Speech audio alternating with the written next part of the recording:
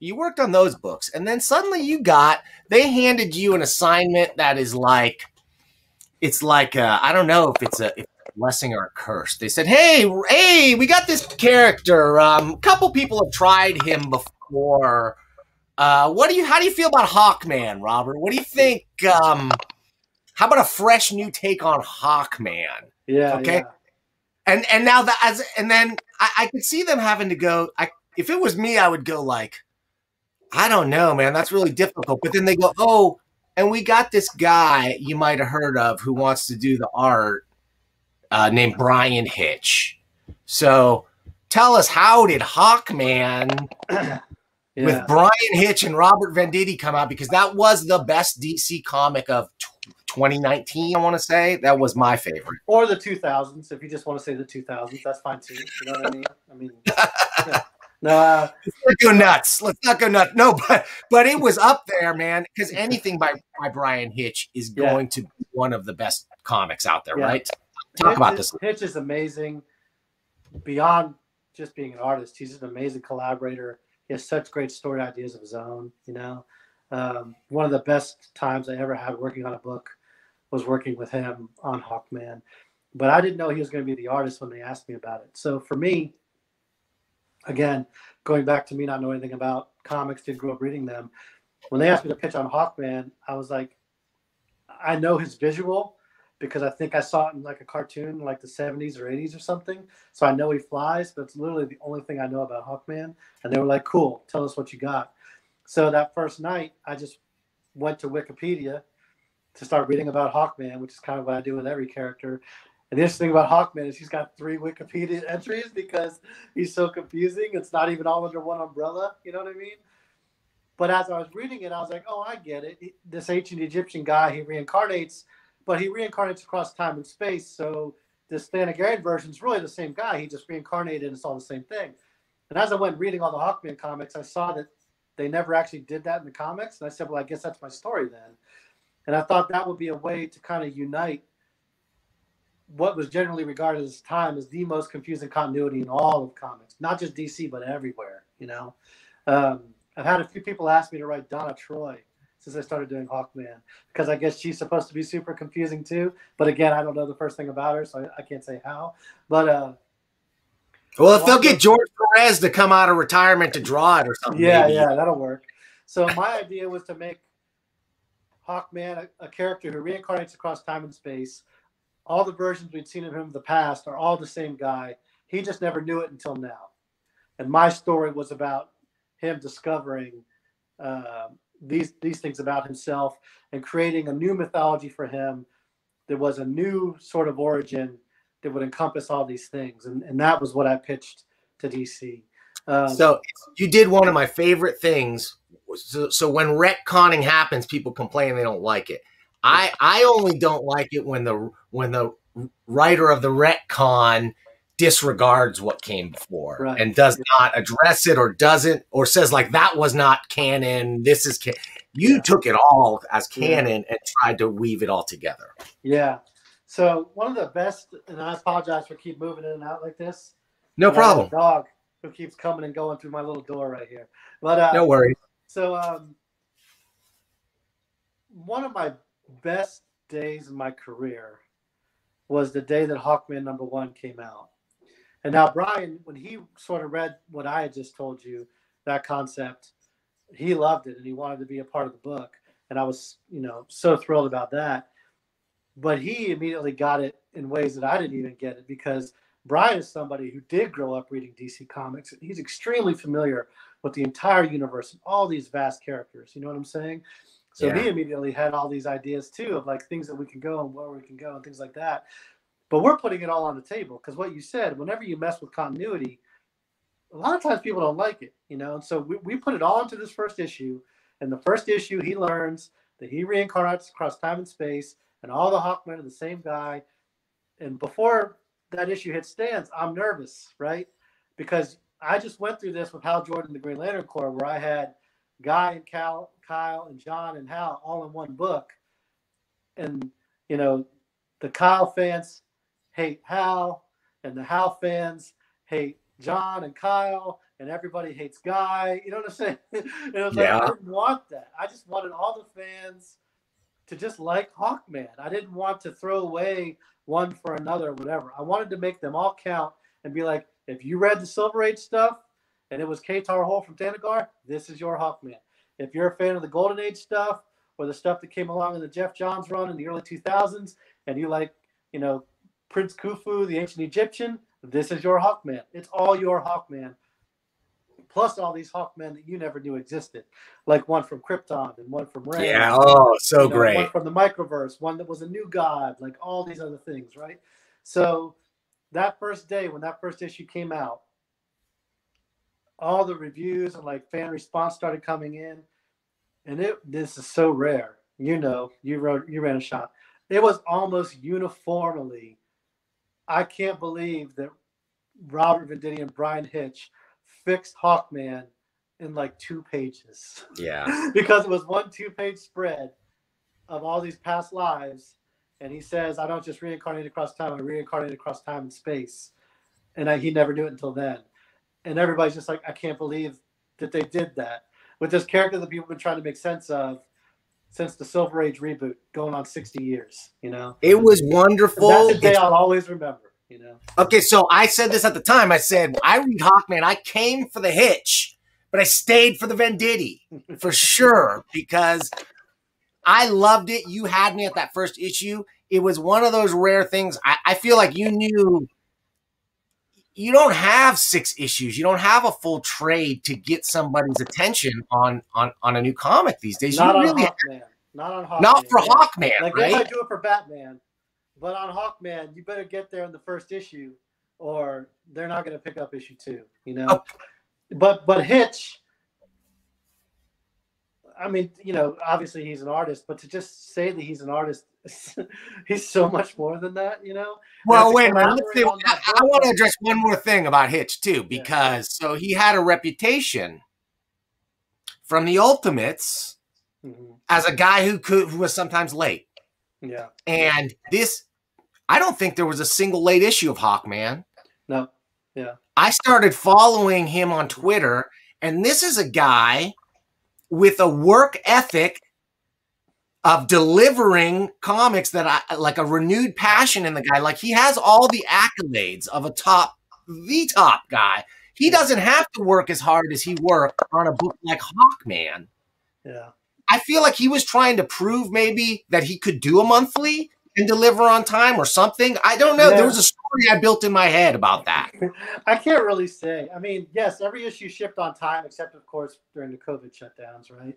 But actually, in my entire career of over 300 comics, I think there's only one time that I ever had a book shipped late, and it was late by 1 week because I believe an artist took ill or something.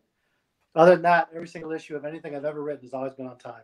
Every single time. Well, you can't take credit for that. Like you going in on a project with Hitch, though, there had to be, I don't know, maybe it wasn't in your mind, but for me, I was like, oh, this is going to be great for a few months, and then I'm going to wait 6 months. And then I think you're right about Hitch, and I'll get to that in 1 second. But as far as my whole career, I think I do get to take credit for that to some extent. Okay. Not all of it, but some of it, because as a writer, I'm by far from being the most important part of a comic book, but I am the beginning of the train. True. And until I've done my job, the artist can't pencil, the inker can't ink, the colorist can't color, and the letter can't letter. So I've been very conscious throughout my entire career. I never want to mess with somebody's paycheck, right? Yes. So if I overbook myself and all of a sudden I'm blowing deadlines on scripts and I'm late, yeah, I can do that, but my artist is not going to have time to finish the book. The book may ship late, or even worse, they'll split my book up between 2 artists. And my artist who thought he was going to draw 20 pages that month is now only going to draw 15. He's never going to get those 5 pages. That's back. right. I just gave him a pay cut. You know what I mean? I get it. So on every book I've ever been on, I'm 4 months out on scripts. Yeah. My editors don't even give me schedules because I'm ahead so far. It's never a thing. And with Hal Jordan, the Green Lantern Corps, which was a double ship book, I'm the only writer of the entire Rebirth era who wrote their entire run, every single page, double ship for the entire time. 51 issues in a row, every 2 weeks, every single one shipped on time. I wrote every page. That's because I was done 3 months before somebody even needed to draw it. And I could write number 4, and then I could write number 7, and then I could write number 11, and then I could write number 5, and I could have 3 artists all going at the same time because I was so far out ahead. You know what I mean? Yeah. Now when it comes to Hitch, I don't know about what happened with the Ultimates. That's kind of before my time reading comics, and certainly before my time reading Marvel comics. But what I can tell you is on Hawkman, he was on the book for 12 issues. He drew every page of all 12 issues. He inked more than half of all that stuff. Yes. Yeah, and every single thing was on time. And he could have kept going. Like DC wanted to rotate him off and put on other projects, but he could have kept going. He drew the issue. There's an issue where Hawkman goes into the microverse and he meets the Atom, and they sort of rekindle their friendship. Yes. But in the microverse, the Atom can sort of reverse shrink. Yes. A little and be a giant, right? Yes. So that whole issue with Hawkman and the Atom, Giant Atom and Little Hawkman, which is an inverse of the Silver Age Giant Hawkman, Little Atom, right? Hitch drew that entire issue and inked that entire issue in 3 weeks. Can I say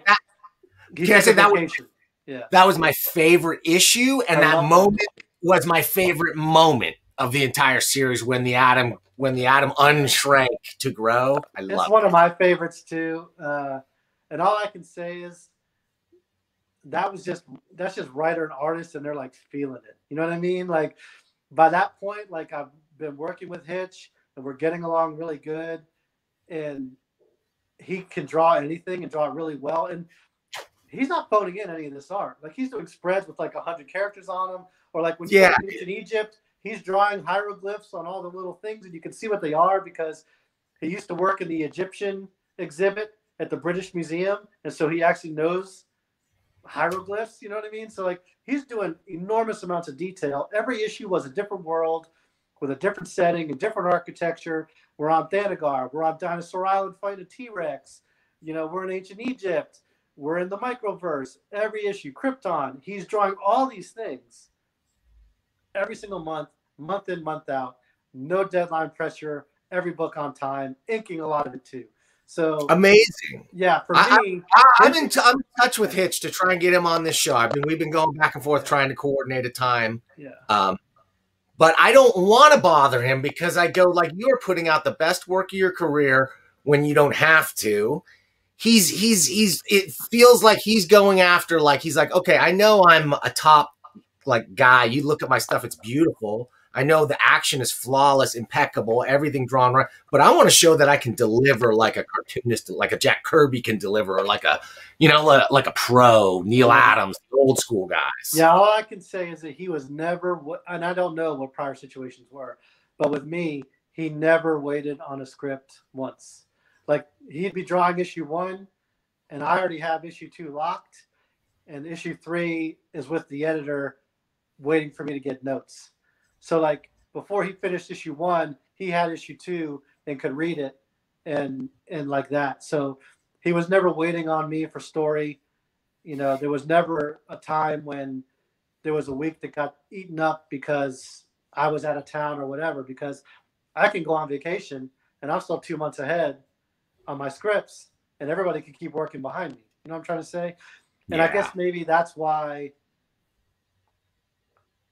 I don't do, a lot of writers can have more of an output than I do on a monthly basis, but I'm very careful about, I don't ever want to chase the money on my end, and that comes at the expense of somebody else's money. You know what I mean? Which is awesome. And I didn't mean to say, like, what I can say is you're never going to be the blame for something being late because you're ahead, but like you can't help working with an artist who might not be able to deliver, but like you said, they'll pull in a fill-in artist.